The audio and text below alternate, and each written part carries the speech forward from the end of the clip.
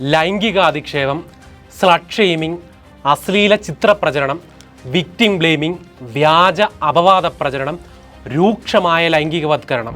K ശൈലജയെ പോലെയുള്ള സമുന്നതയായ നേതാവിനെ താറടിക്കാനും തിരഞ്ഞെടുപ്പിൽ മേൽക്കോയ്മ നേടാനും നടത്തിയ അപരിഷ്കൃത ഇടപാടുകൾ ഇലക്ഷൻ അവസാനിച്ചിട്ടും വാക്കായും പ്രസ്താവനയായും കുലുങ്ങിച്ചിരികളായും തുടർന്നുകൊണ്ടേയിരിക്കുകയാണ്.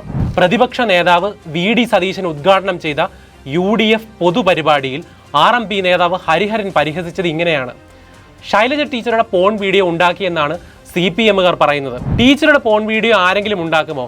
മഞ്ജു വാര്യരുടെ പോൺ വീഡിയോ ഉണ്ടാക്കിയാൽ അത് കേട്ടാൽ മനസ്സിലാവും. ഇതിനെ തുടർന്ന് വേദിയാകെ അത് ഏറ്റെടുത്ത് കൈയടിക്കുകയും പരിഹാസ ചിരികൾ ഉയർത്തുകയും ഉണ്ടായി. അതായത് മഞ്ജു വാര്യരുടെ പോൺ വീഡിയോ വന്നാൽ സ്വാഭാവികം, കാരണം സിനിമാ നടികളുടെ അശ്ലീല വീഡിയോകൾ സ്വാഭാവികമാണല്ലോ.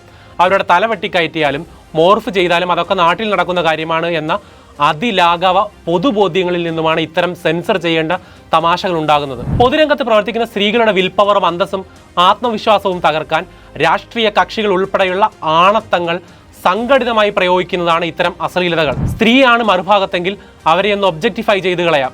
സ്ത്രീയാണോ മറുഭാഗത്ത് എങ്കിൽ കുറച്ച് തെറി വിളിക്കാം, അപവാദം പറയാം, കമന്റ് സെക്ഷനിൽ ചെന്ന് അശ്ലീലത പറയാം, വ്യക്തി അധിക്ഷേപം നടത്താം എന്ന നൂറ്റാണ്ട് പിന്നിലുള്ള പൊതുബോധം. UDFനെ പോലെ നാഴികയ്ക്ക് 40 വട്ടം പുരോഗമനം ക്ലെയിം ചെയ്യുന്ന രാഷ്ട്രീയ പാർട്ടി വേദിയിൽ ഒരു പ്രാവശ്യവും ഇതൊന്നും തള്ളി പറഞ്ഞില്ല. കണ്ണ് നിറച്ചുകൊണ്ട് ഒരു വനിതാ രാഷ്ട്രീയ പ്രതിനിധി വാർത്താ സമ്മേളനം നടത്തിയ കാലത്തും അവരെ വളഞ്ഞിട്ട് ചോദ്യം ചെയ്തും താറടിച്ചും തന്നെയാണ് UDF നേതാക്കൾ രാഷ്ട്രീയ പ്രവർത്തനം നടത്തിയത്. UDFോ അവരുടെ പ്രതിനിധികളോ ഒരിക്കലും ഒരു കാലത്തും ഏറ്റവും അടിസ്ഥാനപരമായ ഒരു പദവിയിൽ, ഒരു MLA സ്ഥാനത്തേക്ക് ഒരു സ്ത്രീ എന്ന സ്വത്വത്തോടെ എത്തിപ്പെടാൻ കെ ശൈലജ എന്ന രാഷ്ട്രീയ പ്രവർത്തക എടുക്കേണ്ടി വന്ന എഫേർട്ടുകളെ എവിടെയും റെക്കഗ്നൈസ് ചെയ്തില്ല. അവർ ഒരു പത്രസമ്മേളനത്തിൽ വന്ന് രൂക്ഷമായ ആക്രമണങ്ങൾ സ്ത്രീ എന്ന അർത്ഥത്തിൽ താൻ നേരിടുന്നു എന്ന് പറയുമ്പോൾ ആ സ്ട്രഗിളിനെയും അവർ അംഗീകരിച്ചില്ല. എന്നിട്ടും അത്രയും അന്യായമായ ഒരു ഇലക്ഷനെ അതിജീവിച്ച് പുറത്തു വന്ന് നിൽക്കുമ്പോൾ വീണ്ടും അവരെ വളയുകയാണ് ഈ അശ്ലീല രാഷ്ട്രീയ കൂട്ടം. ഇപ്പോൾ മഞ്ജു വാര്യരെ കൂടി വലിച്ചഴിച്ചു കൊണ്ടുവന്നിട്ടുണ്ട്. ഏത് വിവാഹ വേർപാടുകളുടെ കാലത്ത്, ആദ്യ സിനിമയുടെ കാലത്തൊക്കെ ഒരു വിഭാഗം അധിക്ഷേപങ്ങൾ നടത്തിയ, അകാരണമായി അതൊക്കെ നേരിടേണ്ടി വന്ന, അതിനെ ഫൈറ്റ് ചെയ്ത ഒരു വനിതാ സിനിമാ പ്രവർത്തക.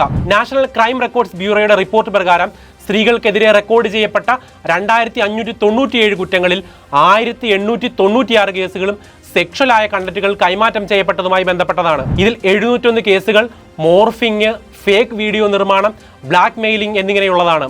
അതായത് ഒറ്റപ്പെട്ടതല്ലാത്ത അത്രയും സംഘടിതവും തുടർച്ചയായതുമായ കുറ്റങ്ങളാണെന്ന്. ഇത്തരം കുറ്റങ്ങൾ നടക്കാൻ അനുവദിക്കുകയും അതിനുതകുന്ന സാമൂഹിക സാഹചര്യങ്ങൾ ഉണ്ടാക്കുകയും അതിനെ അതിസാധാരണവൽക്കരിക്കുകയുമാണ് ഇത്തരം രാഷ്ട്രീയ പ്രസ്താവനകളും പ്രചരണങ്ങളും വഴിവെക്കുന്നത്. ഭാവിയിൽ ഉന്നതമായ രാഷ്ട്രീയ ഓഫീസുകൾ ലക്ഷ്യം വെക്കുന്ന